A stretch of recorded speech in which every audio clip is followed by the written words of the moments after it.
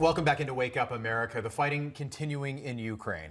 We're going to get into that again with Ukrainian Defense Advisor. Joining us in studio, we have Yuriy Sak here. Thank you so much for coming in from Ukraine to be with us. Yeah, Yuri, we know you fly back inviting me. today via London and then make your way back to Ukraine, to Kyiv. You've got to go through Poland. We know it's a complicated trip. That's right. No direct flights, obviously, from New York City to Kyiv. So we appreciate you being with us. President Zelensky reportedly had a phone call, a long phone call with the president of China, Xi Jinping, yesterday. We know China and Russia are extremely close. Why would, given NATO's involvement in supporting Ukraine, why would Zelensky take that call?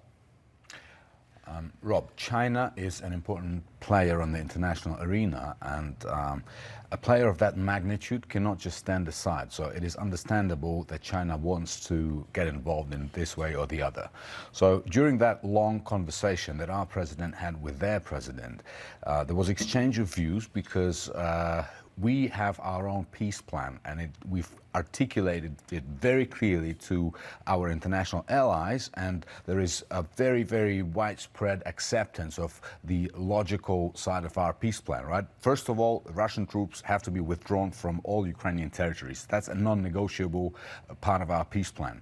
So in essence, we're hoping that China, this is the beginning of our dialogue with China, and we understand that China has influence over Russia, and we hope that they will be able to... Might be supporting Russia in the war effort against Ukraine. Well, we hope that China doesn't do that, and we hope that China stays neutral and pragmatic at least, right? And we hope that China does not start providing Russia with weapons.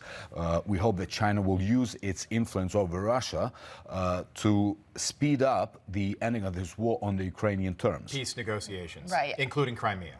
Well, Crimea we will take back Crimea because it is ours. It is in an internationally recognized territory that was illegally annexed from Ukraine in 2014. And we have seen what happens when you appease the aggressor, when you turn a blind eye, when you don't respond to these aggressive actions, right? The appetites only grow bigger. So we now know for sure that we have to take back all our territories unless there is another war in the foreseeable future. And speaking of Crimea, because you spoke about it on Tuesday, there are satellite images that just came out that are showing Russian troops actually leaving the area, the northern part of Crimea. How good does that make you feel to see them running away?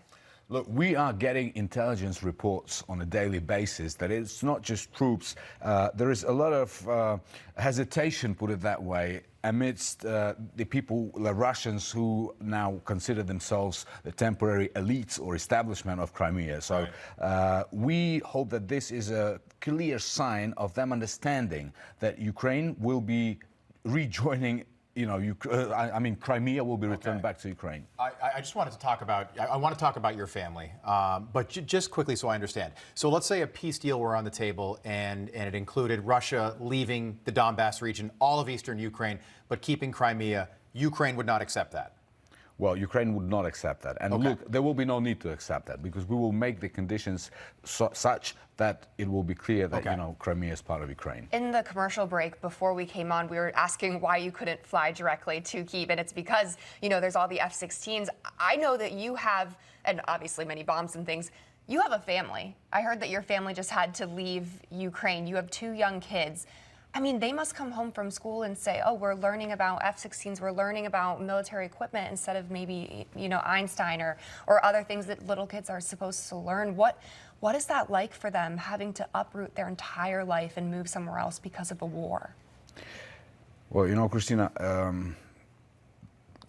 that's like one of the probably most difficult questions. It's easier for me to answer questions about like the military side of things, but unfortunately, I cannot tell you how they get up and go to school because I don't see that very often, right? So I get to see them once every 4 months, if I'm lucky. Once every 4 months. 11 and 7 years old, boy and a girl? Yes. How difficult is that? That's pretty tough. It's got to be awful. That's tough. And like when I speak to, for example, my son on Viber, and when I look into his eyes and the sadness, he's asking me, Dad, he says, like, there will be a Father's Day at school next week. and I have nothing to tell him, right? Because I'll not be there. And I'm the lucky one, and he's the lucky one, because I know I was on a train once during one of my trips in Ukraine, and I was sat in the same compartment with a girl who was like 12 years old, and she was fleeing Kherson region. Wow. This was a couple of months ago, before Kherson was liberated. And I said, so how did it go? What did you do when the Russians came? And she said, you know, I was helping my father bury dead people in our backyard.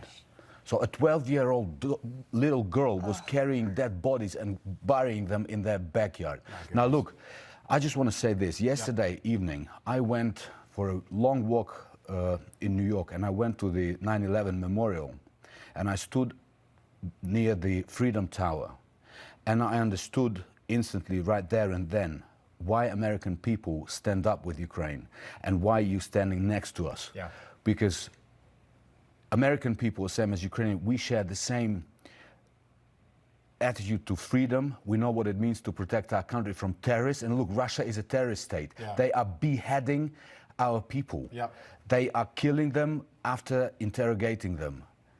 And the United States has been with Ukraine from the start, more than any other country on the planet, and that, Yuriy, will continue. And we I'm very appreciate you grateful. being with us. Yeah.